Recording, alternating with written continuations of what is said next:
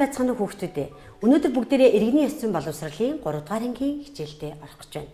Тэгэхээр иргэний 3 дугаар ангийн хүүхдүүд маань ном дэвтрээ бариад телевизийнхаа өмнө суусан байхаа гэж багш нь бодож байна. Инхээр өнөөдөр хэдүүлээ найз нөхөрлийн талаар ярилцсан. Номынхоо хуудас 54-р хуудсыг нээгээд дараах зургийг ажиглан хэдүүлээ. Тэгэхээр энэ хэсэг хүүхдүүд маань тоглож байна. Энэ хүүхдүүд маш хөөрхөн хөвгөлтэй тоглож байхад харин энэ модны цан энэ хүүхд маань яах гэж байгаа юм бол? Яагаад ганцаараа энэ зогсож байгаа юм бол? Чи яг юу гэж бодож байна? Яагаад энэ хүүхдийг ингэж зогсож байгааг тэнд хэрвээ чи тоглож исэн бол яг тэр хүүхдэд ямар байдлаар хандах байсан бэ? Хэрвээ чиний найз, хэрвээ чи өөрөө яг ийм ганцаардмал байдалд орсон тохиолдол байгаа юу? Бодоод үзье да. Тэгвэл чиний хувьд найз гэж яг хин бэ? Бодыг хэдүүлээ. Магадгүй хамт тоглодог, байнга чамд туслах сайхан сэтгэлтэй, үнэн шударга, нууцыг чиний сайхан нууцыг хадгалдаг, чамайг бусдаас өмөөрдөг, за хүссэн цагтаа хамт байдаг, тийм ээ? Баяр гунгаа дандаа хуваалцдаг. Чамайг алдаа гарвал дандаа алдаагийн чинь хэлж өгдөг. Ийм л найзыг маань чиний хувьд хамгийн сайн найз гэж чи бодож байгаа. Тэгвэл чи яг тэр найзтай ийм байж хандаж чаддгүй. Чи найзгаа яг чиний хувьд найз чинь ямар байгаасаа гэж боддог вэ? Бүгдээрээ бодоод үзье. Чиний хувьд найз маань яг ямар байх ёстой вэ? За тэгэхээр бүгдээрээ бодоод үзье. Намайг одоо сонсдог, тий? Одоо альва юмыг ингээ харамлдгүй чамд өгчдөг. Ямар ч тохиолдолд намайг хамгаалдаг. Хамгийн гол нь үнэнч шудраг байх ёстой. За тэгээ дээр нэг хөөрхөн байж болно, хичээлдээ сайн, худлаа ярьдаггүй, бусдыг бол ялгаж харьцдаггүй, сайхан сэтгэлтэй. Ийм сайхан чанарууд байвал чиний хувьд хамгийн сайн найз гэж чи бодож байгаа. Тэгвэл ийм сайхан найзууд, ийм сайхан чанаруудаас чиний хувьд яг аль нь энэ сайхан чанаруудаас байна? Тэгвэл чи сайн найз бас байж чадах уу?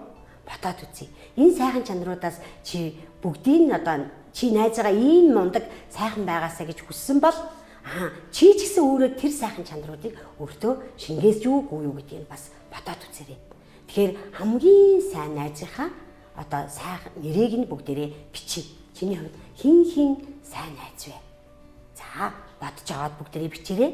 Тэгээд найзынхаа нэрийг бичсэн хүүхдүүдээ одоо тэгвэл найзынхаа хамгийн сайхан чанарыг бичнэ. За тэгвэл одоо чиний хажууд нэг муу цаас байгаа. Тэр цаасыг бүгдээрээ бариад авъя.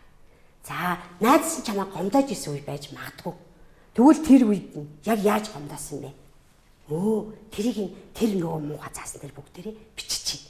Чамайг хичээлээ тараад хамт явахт нь хамт яваагүй байж болно. Даалгавраа хоёулаа хамт давтъя л да гэхэд давтаагүй байж болно. Надад үзэх хэрэгтэй байна найзаа гэхэд үзгээ харналсан байж магадгүй. Чихрээ чамд хуваалцаагүй найз чинь идсэн байж магадгүй. Чи тэрийг гомдлыг тэгээд л найзтай гомдоод яваад байсан байж магадгүй. Тийм учраас тэр цаасан дээр гомдлоо биччих. За бичээрэй хүүхдүүдээ. Бичсэн үү? За бичсэн байх гэж бодож байна. Тэгвэл энэ гомдлоо тэр найзтай тэгээд яваад авахгүйр бүгдээрээ бацчих. Бацаад одоо яах вэ? Хогийн савраг хийчих. Тэгвэл найзтай гомцсон сэтгэлээ битгий одоо ингэж тээж яваарай хичгэлээд дараагийн одоо та нарын маань даалгавар найзтай дандаа сайхан үг бичих. Тэгвэл одоо бүгдээрээ найзтай сайхан үг бичиж. За бүгдээрээ бичээрэй. Шилбэр юу гэж бичиж болох вэ? Чамайг хүнтэй сайхан мэдлэгийг чамаасаа л суралцдаг. Чи минь хөгжилтэй, тусч, эвсэг шүү дээ найз минь. Гээд маш сайхан үгээ бичээд найздаа уулзахдаа тэр сайхан үгээ найздаа өгөөд найзгаа сайхан тэврээд үнсээрэй.